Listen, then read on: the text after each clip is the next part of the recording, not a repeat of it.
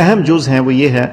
کہ جہاں کہیں بھی یہ بچے پڑھنے، ہمارے نوجوان اکٹھے ہوتے ہیں پڑھنے کے لیے، ادھر جو ڈینسٹی ہے، یعنی ایک کمرے میں یا ایک کلاس روم میں یا ایک لیب میں جو عام ایکسپیکٹڈ نمبر ہوتا ہے لوگوں کا، اس کو کم کرنے کی ضرورت ہے. اس میں جو پھیلاؤ ہے بیماری کا، اس کو روکنے کے لیے اس کی جو ڈینسٹی ہے وہ کم کرنی ہے. اب اس کا کیا مطلب ہے؟ اس کا مطلب یہ ہے کہ مثال کے طور پہ اگر ایک کلاس کے کمرے میں 40 بچہ عام حالات میں بیٹھتا ہے تو ہماری کوشش یہ ہوگی کہ اس کو ہم 2 شفٹوں میں یا 2 دنوں میں ڈیوائڈ کر دیں. 20 بچے ایک دن آئیں اور 20 بچے اگلے دن آئیں. مقصد یہی ہے کہ کسی ایک وقت پہ ایک تنگ جگہ میں جو لوگوں کی تعداد ہے، بچوں کی تعداد ہے، اس میں کمی کی جائے تاکہ ایک سے دوسرے میں جو پھیلاؤ ہے بیماری کا وہ روکا جا سکے. دوسری بات یہ ہے کہ حد الوسع کوشش ہو کہ ان کے درمیان جہاں بچے بیٹھے ہیں ایک فاصلہ مینٹین ہو، اور وہ اسی صورت میں ہو سکتا ہے اگر آپ نے یہ جو پہلا قدم ہے یہ لے لیا ہو، یعنی آپ نے ایک کلاس کو 2 یا 3 حصوں میں ڈیوائڈ کر دیا ہو اور وہ اس کے مطابق بچے ایک دن ایک سیٹ آئے اور اگلے دن دوسرا بیچ آئے. اس کے بعد جو ایک بہت اہم اور میں سمجھتا ہوں شاید کلیدی رول اس معاملے میں ہو، وہ ماسک کا استعمال ہے. میں نے پچھلی دفعہ بھی ذکر کیا تھا کہ یہ سرجیکل ماسک ہے، ضروری نہیں کہ یہ سرجیکل ماسک ہی استعمال ہو. تمام ماں باپ سے گزارش ہے کہ وہ اپنے بچوں کے لیے چاہے کپڑے کا ماسک، ایک کپڑے کا حصہ لے کے ایک رومال نما جگہ کو، کپڑے کو اس کے ساتھ ڈوریاں ڈال کے اس سے بھی ماسک بنایا جا سکتا ہے اور اس کو روزانہ دھو کے استعمال کیا جا سکتا ہے. تو ماسک کا استعمال لازم طور پہ کیا جائے، بچوں کو سمجھائیں بھی، ان کو اس کی اہمیت بھی بتائیں، اور اسکول کی انتظامیہ سے، کالج کی انتظامیہ سے کوآپریٹ بھی کریں، کیونکہ ان کو ہدایت ہے کہ انہوں نے اپنے اپنے اداروں میں اس چیز کا اطلاق کرنا ہے. تو یہ ماسک بہت ایک اہم ہمارا حصہ ہوگا کام کا. ایک اور بات یہ ہے کہ میری والدین سے اور بچوں سے، اور بیچ میں سارے بچے نہیں ہیں، نوجوان بھی ہیں ہمارے، ان سے درخواست ہے کہ اگر آپ بیمار ہیں، اگر آپ کو کھانسی ہے، بخار ہے خصوصاً، تو آپ کسی صورت بھی اسکول، کالج یا یونیورسٹی مت جائیں، کیونکہ آپ کی بیماری سے کسی اور کو لگنے کا خطرہ ہو سکتا ہے. تو یہ کچھ سیلف سکریننگ بھی ہے، یعنی آپ نے خود بھی ایک ذمہ داری اٹھانی ہے کہ اگر آپ بیمار ہیں تو آپ اسکول نہ جائیں، کالج نہ جائیں. لیکن تعلیمی اداروں کو بھی یہ ہدایت کی گئی ہے کہ اس قسم کی سمٹم کی سکرین، اور جہاں ممکن ہو وہاں ٹیمپریچر چیک کیا جائے تاکہ بیمار بچے یا بیمار نوجوان جو ہیں وہ تعلیمی اداروں میں نہ آئیں.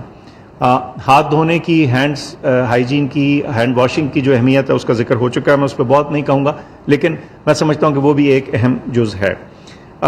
یہ ساری چیزیں، یہ سارے اقدامات کرنے کے باوجود ہم اپنا گارڈ لوور نہیں کریں گے، ہم اس چیز سے نظر نہیں ہٹائیں گے کہ کتنے لوگ کہاں ٹیسٹ میں پازیٹیو آ رہے ہیں. تو اس کی پوری ایک اسٹریٹجی ہے جو محکمہ تعلیم کے ساتھ شیئر ہو چکی ہے، جو آپ کے محکمہ صحت ہیں اس میں کوآپریٹ کریں گے، اور ہم ایک سینٹینل اسکریننگ کریں گے. چند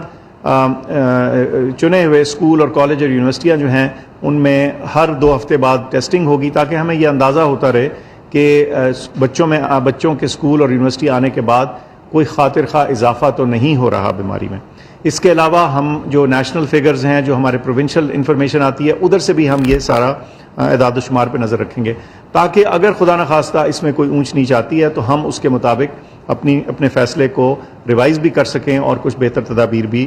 اس میں بروئے کار لا سکیں. آخر میں بس اتنا کہوں گا کہ یہ جتنے بھی ہم نے اقدامات آج تک کیے ہیں، انڈسٹری کو، ریسٹورانٹس کو، باقی چیزوں کو کھولنے کے، ان میں یہ سب سے بڑا قدم ہے. اسی لیے اس پہ ہم اتنی زیادہ توجہ بھی دے رہے ہیں اور اس کو سب کو یاد کرا رہے ہیں کہ اس چیلنج کو مل جل کر اور کوآپریشن کے ساتھ جو ہے اگر ہم نے اڈاپٹ کیا تو انشاءاللہ اس مشکل مرحلے سے بھی ہم نکل آئیں گے، اور نہ صرف کہ پھر ہمارے بچے اپنی تعلیم مکمل طور پہ اچھی طرح سے حاصل کر سکیں گے، بلکہ ہم اس بیماری کے پھیلاؤ سے بھی رکنے میں کامیاب ہوں گے انشاءاللہ. میں چیزیں اور عرض کرنا چاہتا ہوں.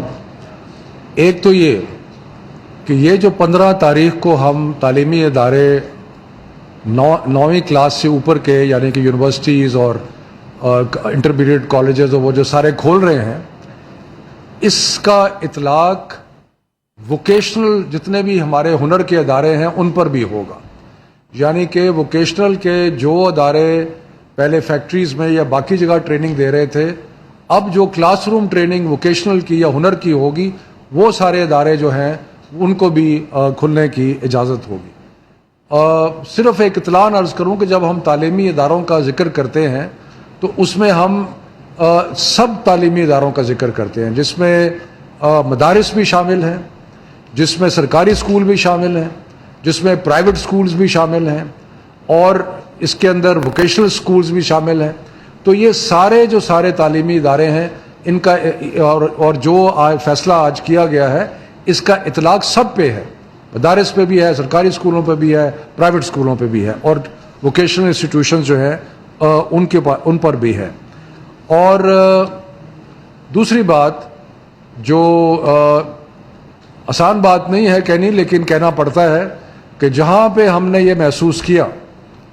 کہ ایس او پیز پہ یا احتیاط نہیں برتی جا رہی،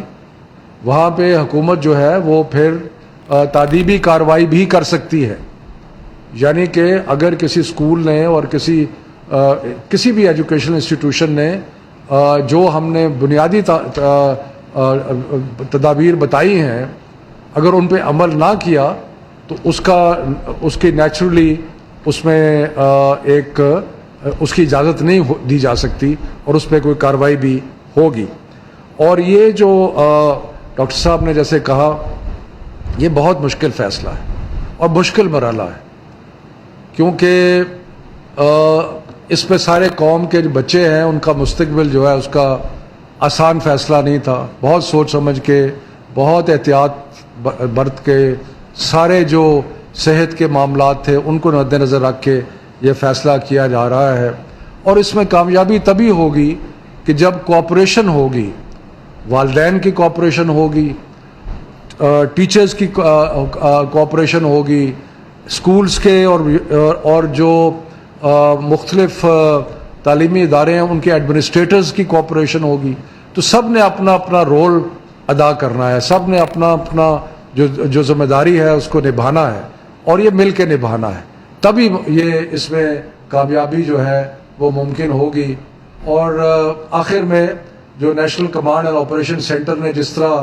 اس کو محنت سے اس سارے ایشو کو ٹیکل کیا ہے، میں ان کو بھی خراج تحسین پیش کرتا ہوں کہ انہوں نے بہت محنت سے اس سارے ایشو کو کیا ہے۔ اب اللہ تعالیٰ سے دعا کرتے ہیں کہ یہ جو مشکل فیصلہ ہے